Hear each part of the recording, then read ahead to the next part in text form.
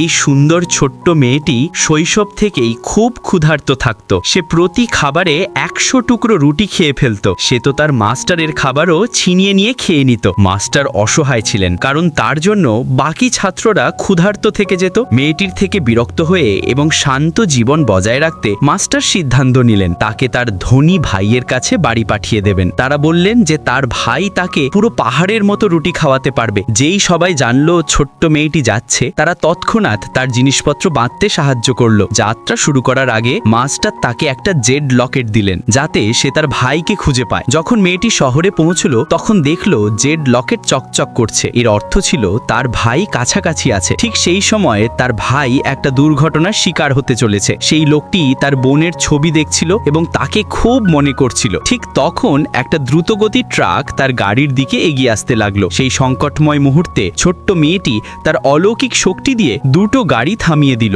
Driver অবাক হয়ে গেল যে তার সামনে হঠাৎ একটা ছোট্ট মেয়ে দাঁড়িয়ে আছে। তারপর মেয়েটি গাড়ির কাছে গেল এবং দরজা খুলল, কিন্তু দেখলো সেই লোকটি ভয়ে অজ্ঞান হয়ে গেছে। মেয়েটি তৎক্ষণাৎ একটা গুলি বের করলো এবং তার ভাইকে খাইয়ে দিল। সত্যি পরের মুহূর্তে সেই লোকটি সচেতন হয়ে উঠল। যেই সে গাড়ি থেকে নেমে কি হয়েছে দেখতে লাগলো, মেয়েটি তাকে জড়িয়ে ধরে ভাইয়া বলল, কিন্তু সেই লোকটি তাকে চিনতে পারলো না এবং ভাবলো সে অন্য কাউকে তার ভাই ভেবে ফেলেছে। সহকারী দেখলো যে মেয়েটি তার সাথে অনেক মিলে যায়, তাই তার বিশ্বাস হলো যে সে সত্যিই তার বোন। লোকটির মনে পড়লো তার একটা বোন ছিল যে বহু বছর ধরে নিখোঁজ। মেয়েটির ছেঁড়া পুরনো অবস্থা দেখে সে ভাবলো প্রথমে তাকে বাড়ি নিয়ে যাওয়া হোক। ছোট্ট মেয়েটি তাড়াতাড়ি একটা সুন্দর রাজকন্যার পোশাক পরে নিল, কিন্তু কিছুক্ষণ পর তার সারা শরীরে চুলকানি শুরু হলো। লোকটি তৎক্ষণাৎ দেখতে এলো, কিন্তু কোনো কারণ পেল না, তাই ভাবলো হয়তো কাপড় নোংরা। ঠিক তখন লোকটির হাতে মেয়েটির মাস্টারের লেখা একটা চিঠি এলো। তাতে লেখা ছিল যে এই মেয়েটি দুর্ভাগ্যজনক জন্মেছে। তার শরীরে